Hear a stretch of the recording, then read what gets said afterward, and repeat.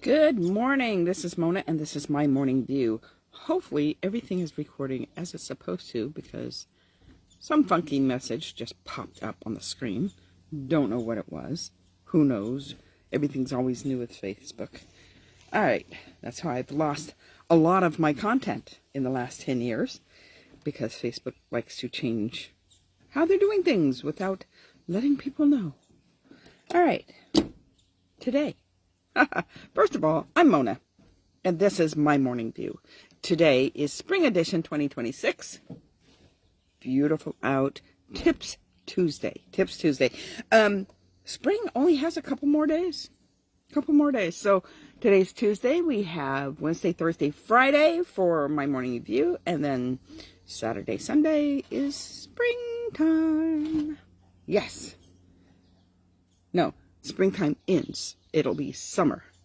All right, so I believe Sunday is the first day of summer. I could be wrong on that. Used to be the 21st, and now things changed, and now it's like the 20th. But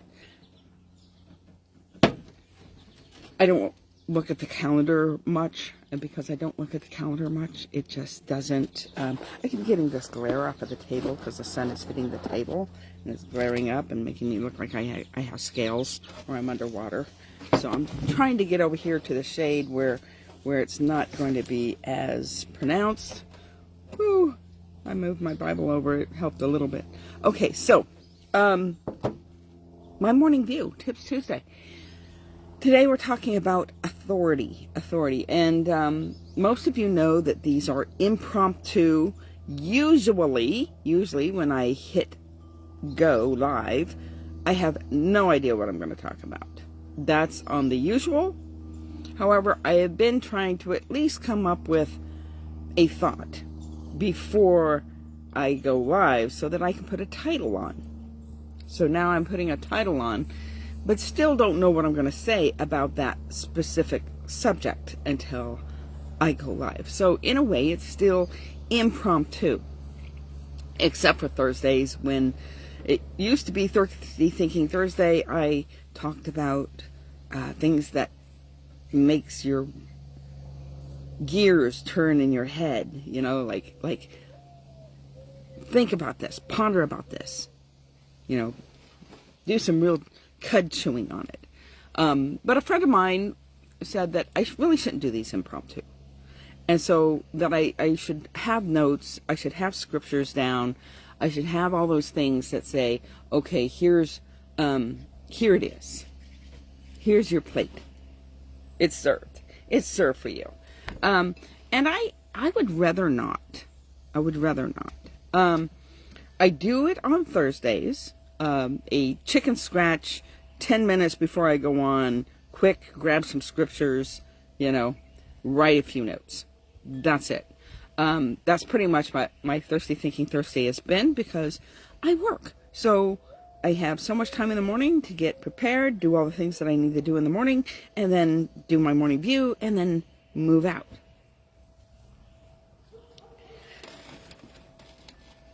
So that's what you've been getting. Chicken Scratch Thursdays. Would I like to do a more meaty video? Absolutely. But I don't see those coming once a week. Maybe during the summer. Maybe. Don't know.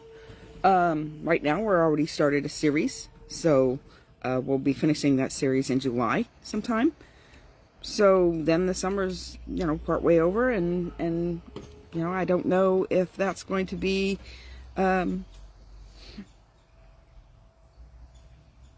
we'll see on that. Okay, so part of the reason why I don't like to give addresses is, one, I don't really know addresses that well. This is more like a confession Tuesday right now, and I will be getting into authority. But just to lay down some groundwork of some stuff, especially if you haven't watched me.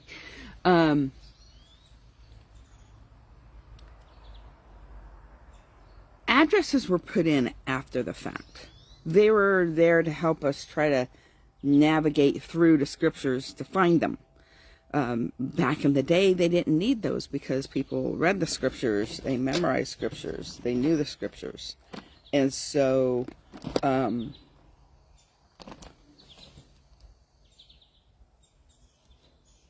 if your scroll was so big, you knew where to lay it out. You know, if you had pages, you knew which page it was on without it being numbered. You kind of, it's just like now, if somebody says, you know, go to Joel, and you just go over here, and it's like, oh, Joel's after that, and it's like before that, and so you end up doing these things. It's not working for me right now. There's Hosea. You know, it's around that. So you kind of know where it is. I use Bible Online. I use multiple Bibles. This is my normal go-to because it's got large print. But, you know, I remember back in the day, when, you know, it says go somewhere, and you flip it open, and you're like really close. You're within pages close of something, just because you're familiar with it.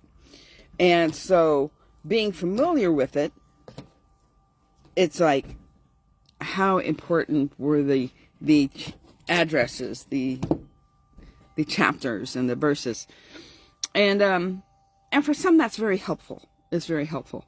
But if I gave you a chapter and a verse, you know what you would do? You would go to that chapter and to that verse. What I want you to do is I want you to read the whole thing in context. I want you to take that whole storyline, that whole thought process, that whole concept, and read through it. And so you can always Google where that story or thought process is, and it'll lead you to the address. And then you can go there and look for it yourself. I want you to do some work. I want you to work for it. So that's the other part of that. The other part is, like I said, I don't memorize the numbers. Numbers tend to dance around in my head and float around, and they don't know what to do with themselves until they are corralled onto a piece of paper. That's just my thought process. All right, so there's times when I'll give you scriptures. There's times when I'll have notes, but for the most part, impromptu. Not sure how. A lot of times, what I do is I sit here and I talk about other things until I can get a thought in my head to talk about. I vie for time is what I do. Vie for time. So. Let's move on. Before we start, go ahead, and when you're done watching this, don't go away from this unless it's a couple of days after. If it's today, go ahead and finish watching this. But in the meantime, after you've watched this, go over to YouTube, Mona E. Harrison, different than my Facebook profile, Mona E. Harrison, and subscribe. Like, share, comment, both here on Facebook and on YouTube, because it helps the algorithm get all the bells and whistles, do all the stuff. And it helps the algorithm. Share it if you think that the content is valuable. Now, I know I can talk for 20, 25 minutes, right? And that's probably how this one is, because I've probably used a good 7 minutes already. And there's this nugget in there. There's this nugget, and you don't want to miss the nugget. You don't want to miss it. So, when you go over to YouTube to watch, right, you can watch that on fast speed. You don't have to sit here and listen to me for 25, 30 minutes. You can listen to me for 10, 15 minutes, or less, depending on how long the video is. So, with that, I encourage you to go over to YouTube to watch videos. Like I said, if it's the video of the day, it takes at least a day to get it uploaded, because it'll be uploaded tonight or sometimes the next day, depending on how tired my tech team is. So, with that, I say tired my tech team. That's because it's one person, it's my husband, and when he comes home from work, he's pretty tired. So, if he remembers to upload it, he will. But if he doesn't upload it that day, he will upload it the next evening. Very rarely has it been longer than that. So yeah, you can catch me here if you know that I'm here. I don't advertise my Facebook on YouTube. They're both public. They're both public, but I don't advertise Facebook because on Facebook, that's my private space. That's my private space. And really the only people I have as friends are my friends, right? And I don't need to be bombarded with new friendships that I don't know who they are. It is better to go over to YouTube and people that I don't know can comment and do all the stuff, right? And there's no attaching themselves other than through a subscription. So subscribe. Right there. Subscribe.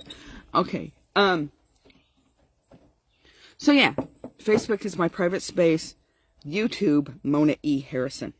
And so with that, now that the commercial is done, let's give you a little update on the star of the show. She's back on her medication for pain and arthritis pain and such, and it's making her groggy, and it's concerning us. So we like Happy Dog. We like Happy Dog, not Sad Dog. We love Sad Dog. We do. But, yeah, she's, when she's on this medication, she's just not herself.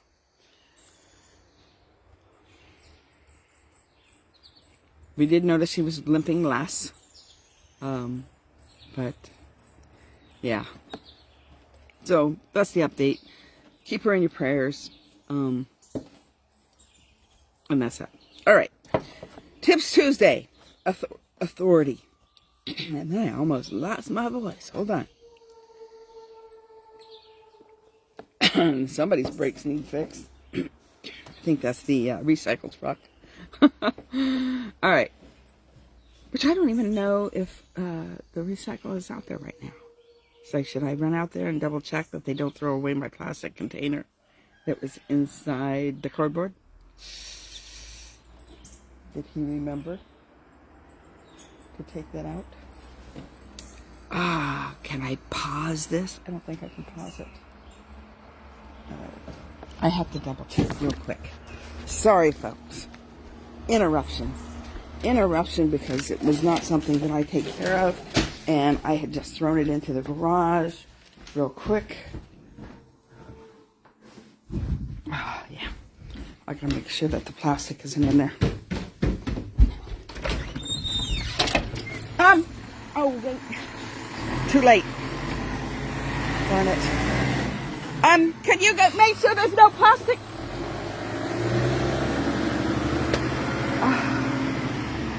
Darn it. All right. It's already gone. So if I lost my plastic container with my kid's license plate on it, so be it. It's done. Can't do anything about it now. Wish I would have thought of that. I wasn't sure if it was paper or whether it was cans this morning, and because of that, I didn't know. I didn't know if he took that cardboard out. Bad timing. Bad timing. All right, so let's get back to the story, shall we? Because no sense of crying over something that we can't fix. All right.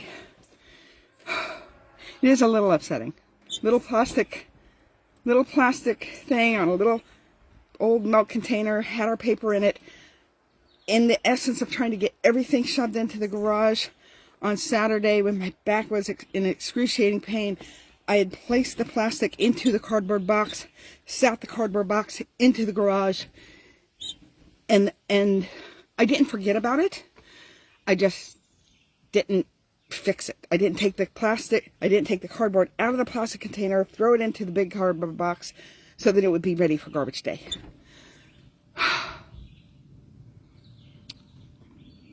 Now I just got to catch my breath because I was running upstairs. Oh, you see my chaotic life. All right. If I can catch my breath, we're going to talk about authority. We will. We will talk about authority. Oh. Unbelievable. They couldn't hear me. They couldn't hear me. I tried to stop them. And they didn't hear me. All right. Authority. I got to clear my mind here now. Because now my mind is on, did he remember to take that plastic thing out of the box? Probably not. 4 o'clock in the morning, you don't think about things like that. I know, I don't think about things like that at 4 o'clock in the morning. Oh.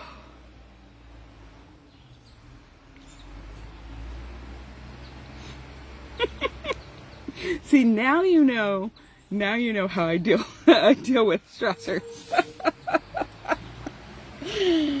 I'm gonna let that traffic because he's really loud, and I'm gonna let him just go by for a minute while I calm down just for a moment after running around and interrupting this. And if I did edits, you would be saved like 5 minutes worth of nonsense.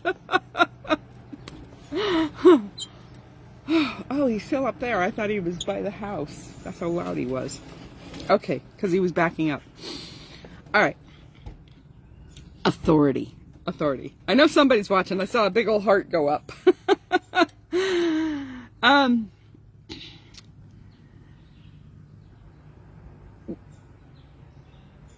We as human beings have no power on our own.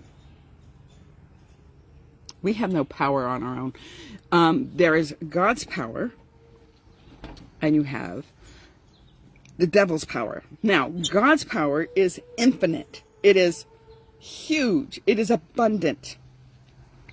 The devil's power is really only what God has given him. Okay. God created the devil in a certain way. His very being is made with musical instruments. He is a musician. He was the worship leader of heaven.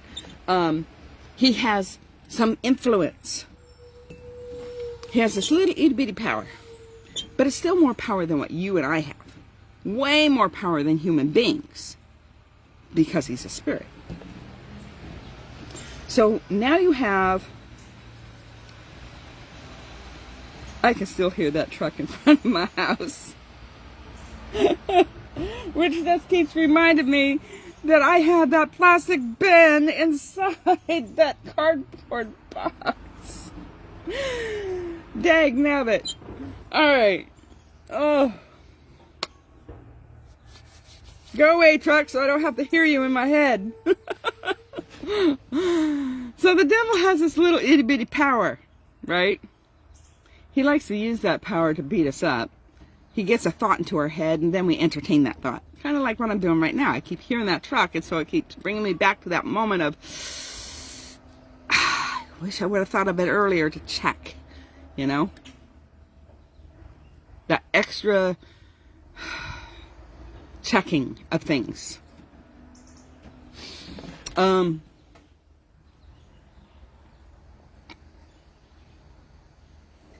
And then we lose out something special. But what is that something special? It's just stuff, right? Stuff. I've been clearing out my house. It's things like that that cause me to start to not get rid of stuff. Because it's like, that was taken from me. That's how I feel. It was taken from me. So it's like, now I can't release things because things were taken from me. And that's half of the battle with the stuff in my house. I'm not a hoarder. Like, I don't keep bringing things in. There's times when I bring things in and I have no space for it, but I have a thought in my an idea of how I'm going to do something, and so that's what the devil does. He throws thoughts into our head to mess us up. That's some of his power. Some of his power is to do that. Because he has a power of influence. He has a power of of music. That's why music is so influential, right? Music in itself is very influential. And so he uses what he has, right? Now, he did not create music. God created music. God created all things. The devil only can take what was created and twist it. That's where that word wicked comes from. It's like the wick in a candle. It's twisted fibers, right? And so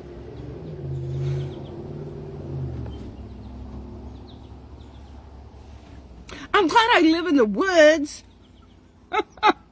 Can you imagine how noisy it would be if I lived in the city? Okay, so he twists whatever God has already created. He twists it. And so he doesn't have anything creative of his own.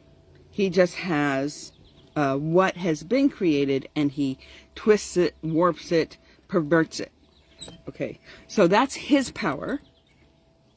And that's God's power, infinite. Now, we have no power of our own. Every inch of power that we have also has been given to us by God. So we have the power to get up in the morning. We have the power to do what we got to do, right? To function. We have the power of dominion over the earth, because Jesus brought that back to us. Not completely, not fully, but here, right? Not quite like what it was in the Garden of Eden, right? Because in the Garden of Eden, we had full dominion. We were able to do what we needed to do, and things flourished. And here, we're still dealing with thorns and thistles and trials, right? So it's not a complete restoration, but it's a partial restoration of restoring us back to the Father, restoring us our place that we had here on earth, all of that, right? So we have this power to do things, but it's not as much power as the devil has. And the devil doesn't have as much power as God has. Now, this is where it comes in. Authority. God has all authority. All authority. The devil has whatever authority he was given. A lot of times he has to go to God to ask permission to do things, because he does not have the authority in all things. Just like in Job, when he went to God and it was like, hey, what have you been doing? Oh, I've been going to and fro around the earth. Yeah, that's what he does. He wanders around here looking for who he can mess with.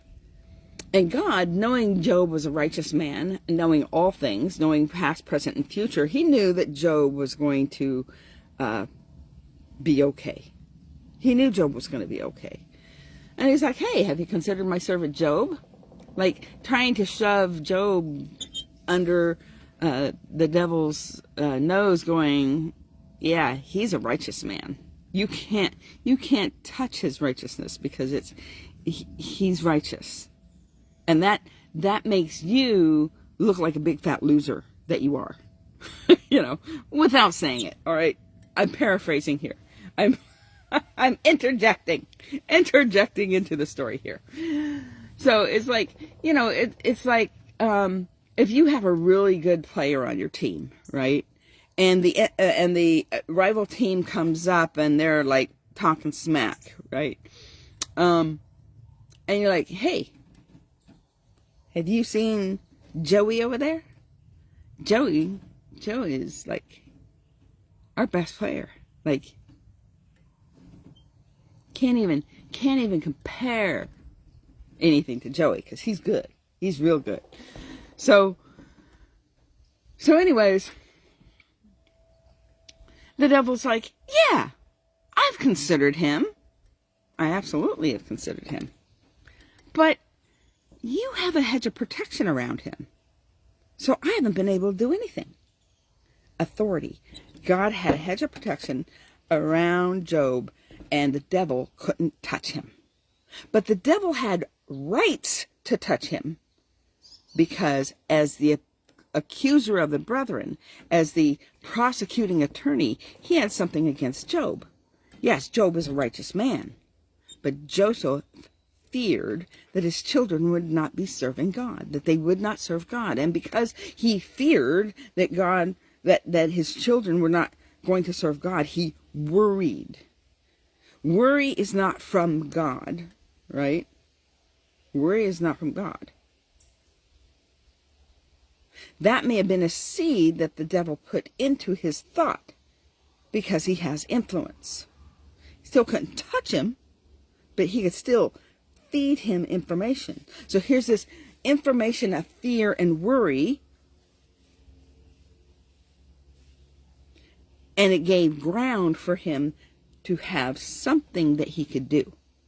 And so what happened is, God said, all right, I'll take the hedge of protection off of him, but you can't kill him. Again, authority. God told him what he was allowed and not allowed to do. You cannot kill him. So then, all the things hit Job. Lost his children, lost his house, lost his property, lost his children, lost all the stuff, right? He was worried about his children, and he lost his children in the process because he worried about them. Had he not worried about them, the devil wouldn't have had anything on him. And because he wouldn't have had anything on him,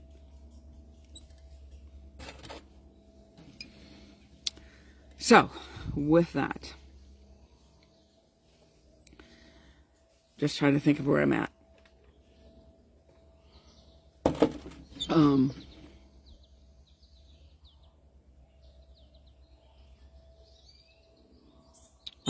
Yeah. Still thinking about the crate. So I'll have to check the garage and see that the crate is out. But I really don't think it is. I don't think that he would have thought of that at 4 o'clock in the morning. Oh, it's my fault. And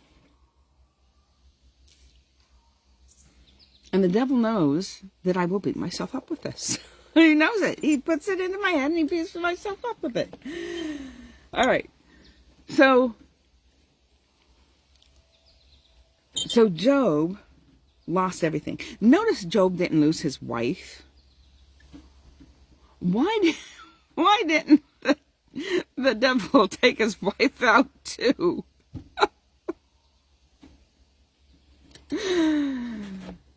Because there was a nagging factor, probably.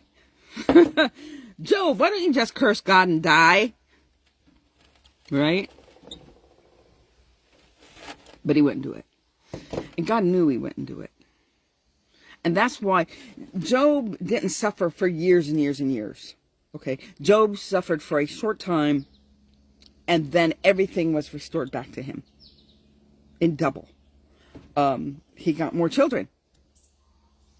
So now he's going to have the children that he lost in eternity, and he will have his children that he had after that. So he got double of everything back. Now, with that,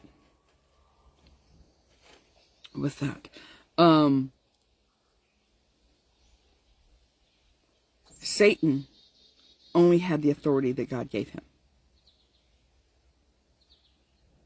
He has authority, but only what he's been given.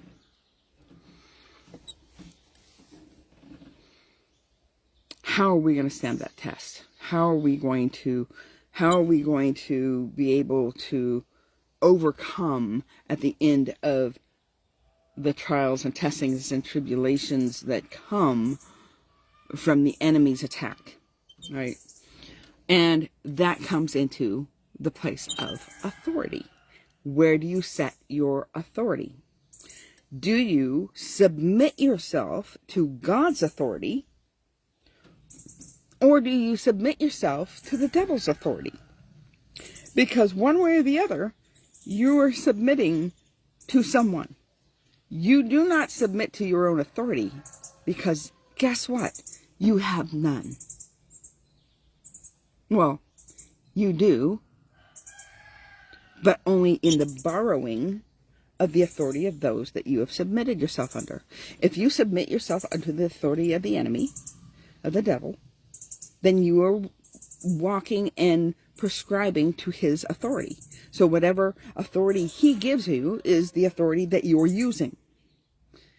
But you can't use authority on your own basis. It has to be under either the enemy or God's. That's it. That's the choice. If you're under the authority of God, he gives you authority. Because you are under his authority and Christ lives in you, greater is he that is in you than in he that is in the world. That guy that goes back and forth around the earth searching, who he's going to devour. That guy,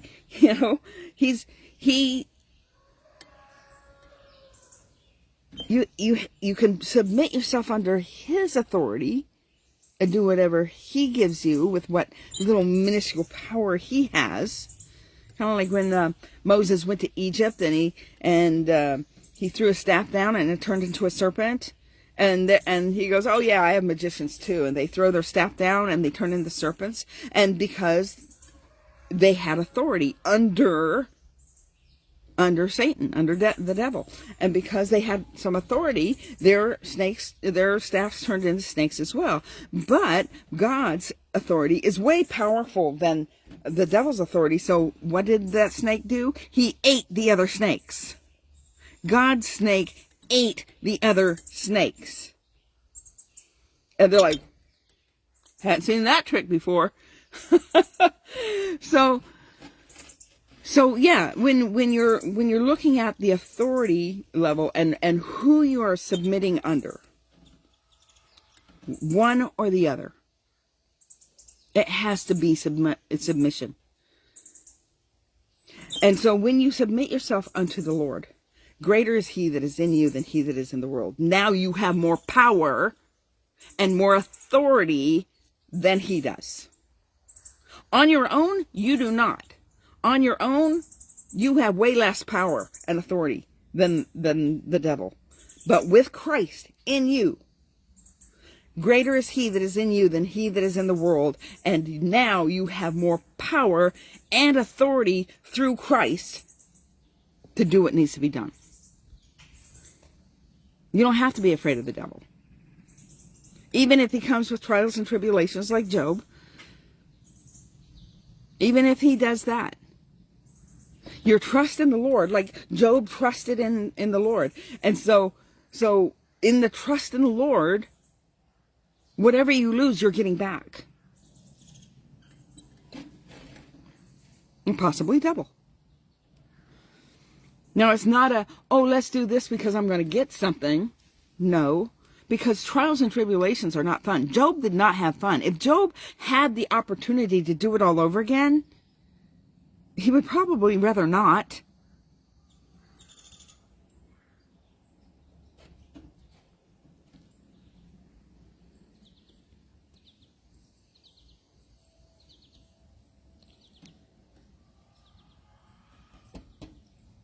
There's a reason why it's called sadist and masochist.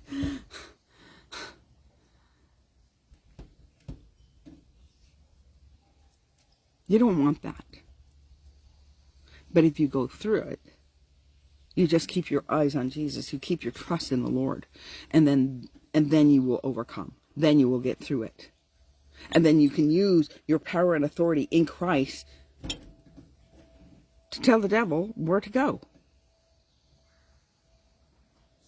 I usually say, go where Jesus sends you. Because he may not go where I tell him to go. Because he may not have that.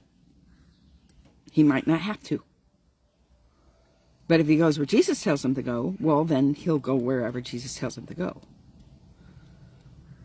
See, we have authority in Jesus' name.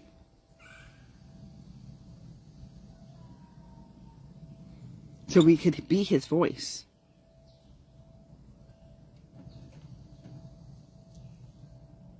We have to have discernment when dealing with this. Because if you think that you can go battle demons, you're going to get hurt.